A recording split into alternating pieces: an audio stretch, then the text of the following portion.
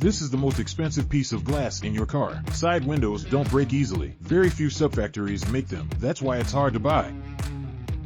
Today's video introduces the whole process of installing side window glass. First of all, apply a layer of primer to the sheet metal to aid in the glazing process. Then take the two pieces of glass and place them on the table. Push the button and wait for the robot arm to grab them. The Cucker robot will automatically pick up the side window glass and applying the glue. There are a lot of Cucker robots in automotive factories. They can be programmed to do a lot of different jobs. After gluing, positioned on the opposite workbench waiting to be mounted, the operator picks it up with a manual suction cup. Firstly, the left side is mounted. Align the locating pins for the side windows. Align the holes in the sheet metal. Press it on and tap it a few times to make it stick firmly.